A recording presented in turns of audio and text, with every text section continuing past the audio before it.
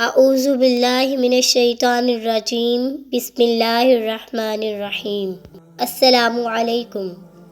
آج اپنے اطراف میں ایک سرسری نظر دہرائیے۔ ہر طرف مسلمانوں کا ٹھاٹھے مارتا سمندر نظر آئے گا۔ کوئی ملک، کوئی شہر، کوئی گاؤں، کوئی قصبہ یا کوئی بستی ایسی نہ ملے گی جہاں اسلام کی روشنی نہ پہنچی ہو۔ اس ترقی کا سبب عظیم اس حقیقت کے اعتراف کے ساتھ ہی یہ سوال بھی ذہن میں اپنا سر اٹھاتا ہے کہ آخر مکہ المکرمہ اور مدینہ منورہ سے اٹھنے والی اسلام کی یہ دعوت اتنی دور دراز علاقوں تک کیسے پہنچ گئی، جن کا خلاصہ یہ ہے کہ موجودہ سب بہاریں صحابہ کرام رضی اللہ تعالی عنہم اور آپ کے بعد آنے والوں کی قربانیوں کا نتیجہ ہے۔ اگر یہ نفوس قدسیہ مختلف انداز سے دین کی خاطر قربانیاں نہ دیتے تو یقیناً دین کی ترقی بھی نہ ہوتی۔ بہت بہتر ہے کہ ہم بھی اپنے ان اسلاف کرام کی قربانیوں کے بارے میں تفصیل سے جانیں۔ صحابہ کرام رضی اللہ تعالی عنہم کی قربانیوں کی اقسام۔ اگر صحابہ کرام رضی اللہ تعالی عنہم کی ان قربانیوں کا مطالعہ کیا جائے تو انہیں واضح طور پر 5 اقسام میں تقسیم کیا جا سکتا ہے۔ نمبر 1 مالی قربانی، نمبر 2 جسمانی قربانی، نمبر 3 روحانی قربانی، نمبر 4 جانی قربانی اور نمبر 5 خواہشات کی قربانی۔ نمبر 1 مالی قربانی۔ صحابہ کرام رضی اللہ تعالی عنہم نے دین کی خاطر مال خرچ کرنے میں کبھی بخل سے کام نہیں لیا۔ جب بھی رحمت عالم نور مجسم صلی اللہ علیہ وسلم نے جس معاملے میں خرچ کی ترغیب ارشاد فرمائی، ان پاکیزہ نفوس نے خوب دل کھول کر دین کی امداد کی اور اس کے بدلے میں اللہ تعالیٰ کی بارگاہ سے بڑے بڑے انعامات کے مستحق بنتے چلے گئے۔ اللہ تعالیٰ نے اسلام بھیجا ہے۔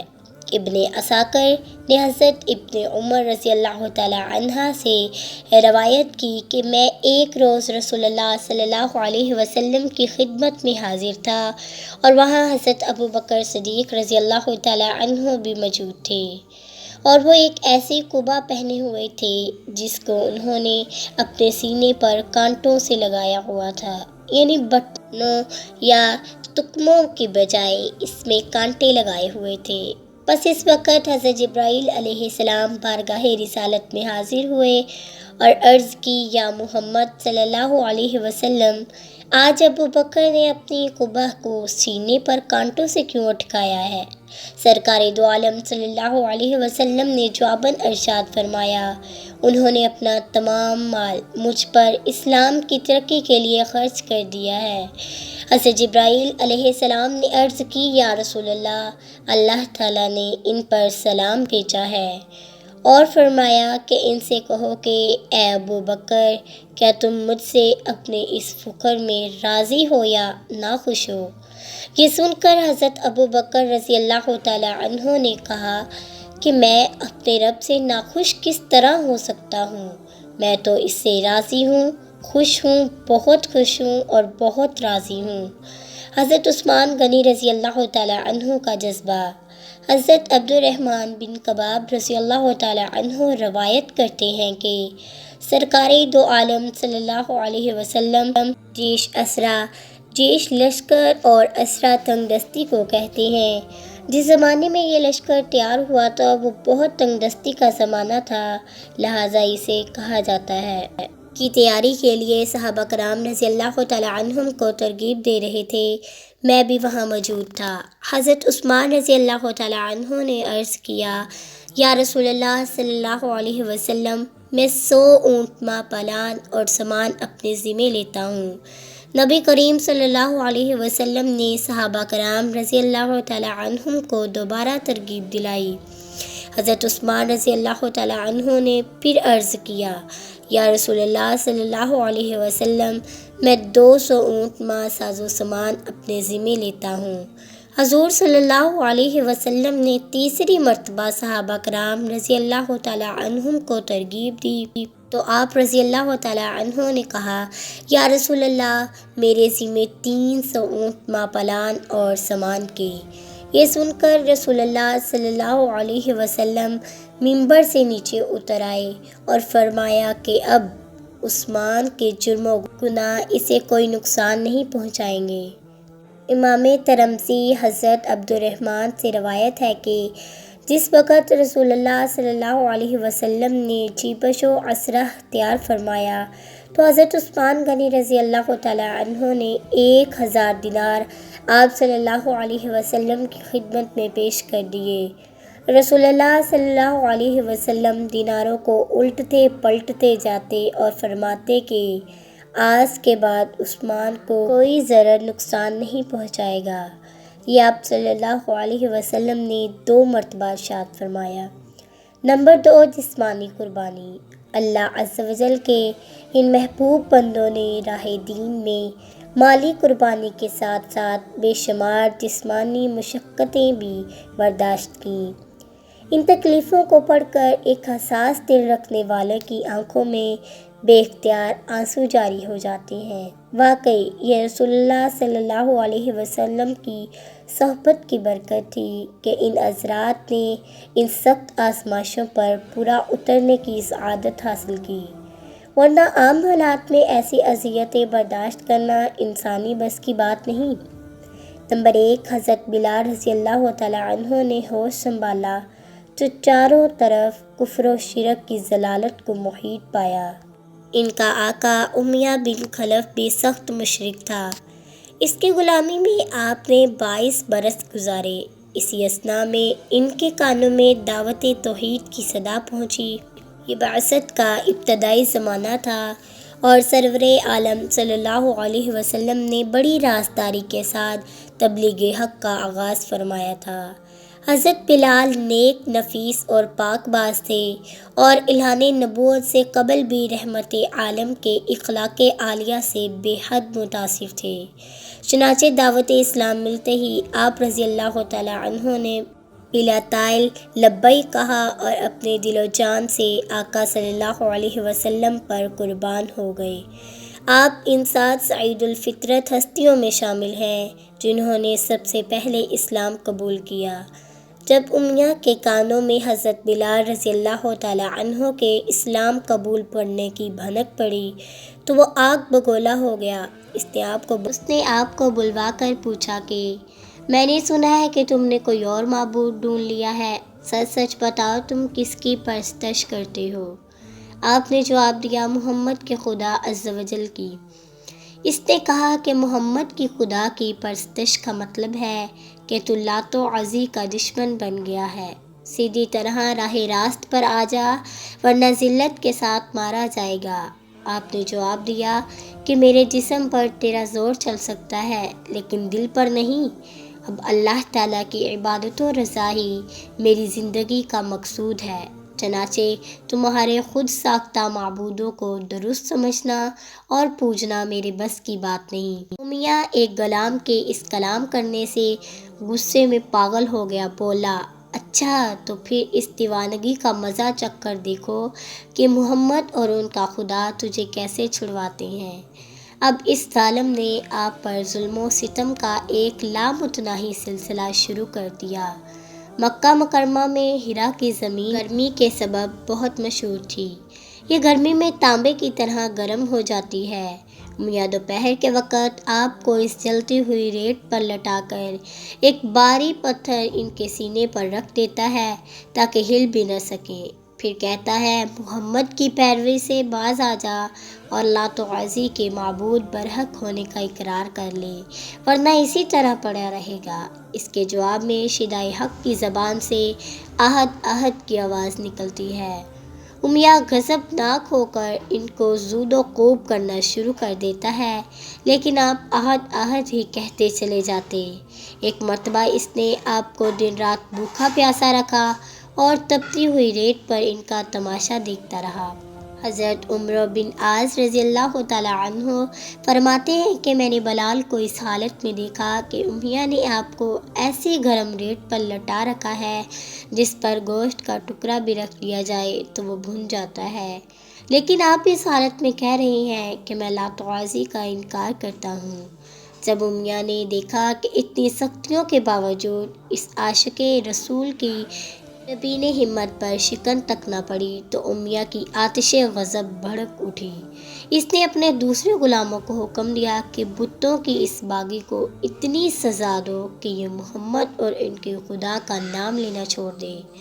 یہ بدبخت امیہ کی خوشنودی حاصل کرنے کے لیے آپ کو بری طرح مارتے پیٹتے، دن کے وقت کپڑے اتار لوہے کے زرہ پہناتے اور دھوپ میں ڈال دیتے، شام کو ہاتھ پاؤں باندھ کر ایک کوٹھری میں پھینک دیتے اور رات کو انہیں کوڑے مارے جاتے، لیکن آپ کی زبان سے احد احد ہی نکلتا۔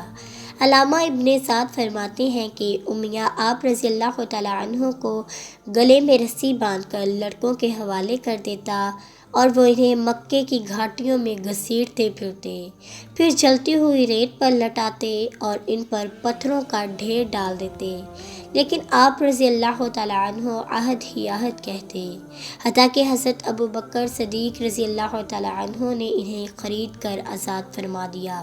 نمبر 2، جب حضرت خالد رضی اللہ تعالیٰ عنہ کے اسلام لانے کی اطلاع ان کے باپ کو ملی تو وہ سخت برہم ہوا۔ آپ باپ کے غضب سے بچنے کے لیے کہیں چھپ گئے۔ آپ کے باپ نے اپنے دوسرے بیٹوں کو ان کی تلاش میں بھیجا، وہ انہیں پکڑ کر باپ کے پاس لائے۔ باپ نے خالد رضی اللہ تعالیٰ عنہ کو سخت ملامت کرنے کے بعد اس بے دردی سے پیٹا کہ اس کے ہاتھ کی لکڑی ٹکڑے ٹکڑے ہو گئی۔ جب مارتے مارتے تھک گیا تو کہا کہ دین محمد صلی اللہ علیہ وسلم کو چھوڑ دے ورنہ تیری خیر نہیں۔ آپ نے جواب دیا، ہرگز نہیں، چاہے میری جان چلی جائے، میں اللہ کے برحق رسول کا دامن اقدس ہاتھ سے نہ چھوڑوں گا۔ باپ نے بہت ڈرایا دھمکایا لیکن آپ ٹس سے مس نہ ہوئے۔ باپ نے مزید زود و کوب کرنے کے بعد کہا، تو اپنی آنکھوں سے دیکھ رہا ہے کہ محمد صلی اللہ علیہ وسلم نے ساری قوم سے الگ راستہ اختیار کر لیا ہے، وہ ہمارے معبودوں کی مذمت کرتا ہے اور ہمارے آباء و اجداد کو گمراہ قرار دیتا ہے، تجھے شرم نہیں آتی کہ ان باتوں میں ان کا ساتھ دیتا ہے؟ آپ نے بے بلا جھجک جواب دیا، خدا کی قسم، وہ جو کچھ فرماتے ہیں میں ہر حالت میں ان کی پیروی کروں گا۔ باپ نے تنگ آ کر کہا، میری نظروں سے دور ہو جا، میرے گھر میں تجھے کھانا نہ ملے گا۔ آپ نے اطمینان سے کہا، آپ میرا رزق بند کر دیں گے تو اللہ عز و جل مجھے رزق عطا فرمائے گا۔ پھر آپ رحمت کونین صلی اللہ علیہ وسلم کی خدمت میں حاضر ہوئے اور ان کے ساتھ رہنے لگے۔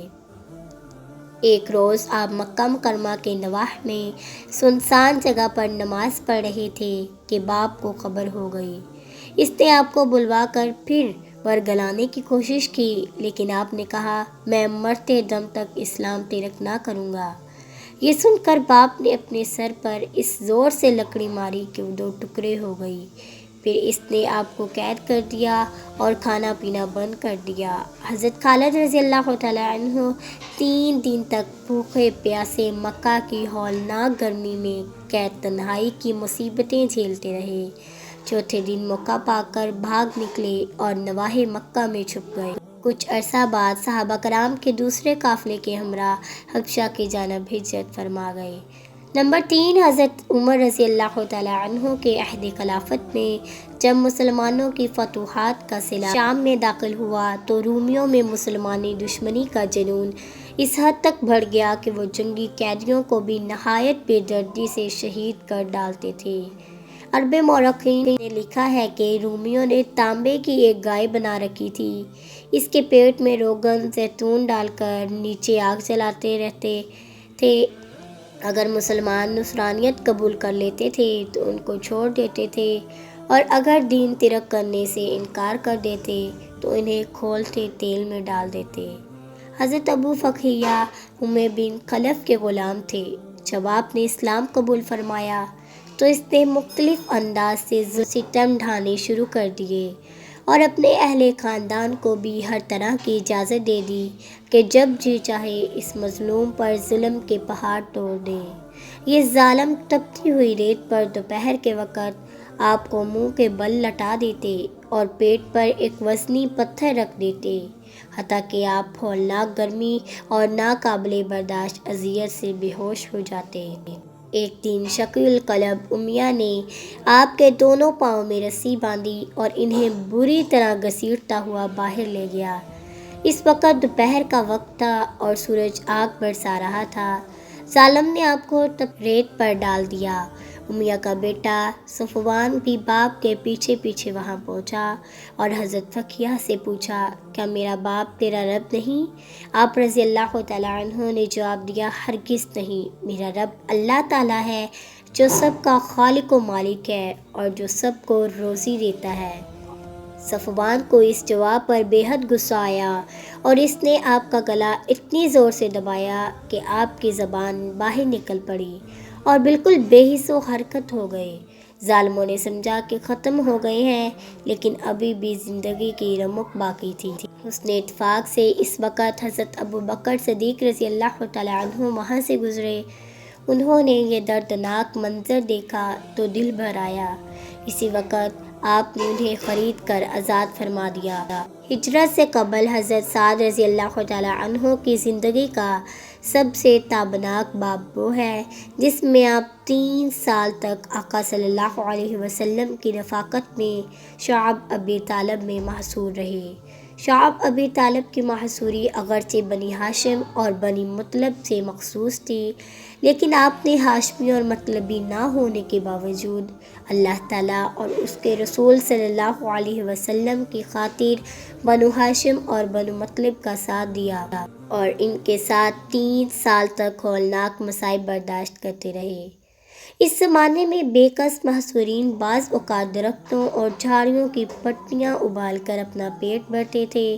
آپ فرماتے ہیں کہ ایک مرتبہ رات کو جو مجھے سوکھے ہوئے چمڑے کا ایک ٹکڑا کہیں سے مل گیا، میں نے اس کو پانی سے دھویا، پھر آگ پر بھونا، کوٹ کر پانی میں گھولا اور ستو کی طرح پی کر اپنے پیٹ کی آگ بجھائی۔ آئیے ہم سب مل کر ایک مرتبہ درود شریف پڑھتے ہیں۔ اللہم صلی علی محمد وعلی آل محمد۔ اللہ تعالی ہم سب کو اپنے حفظ و امان میں رکھے۔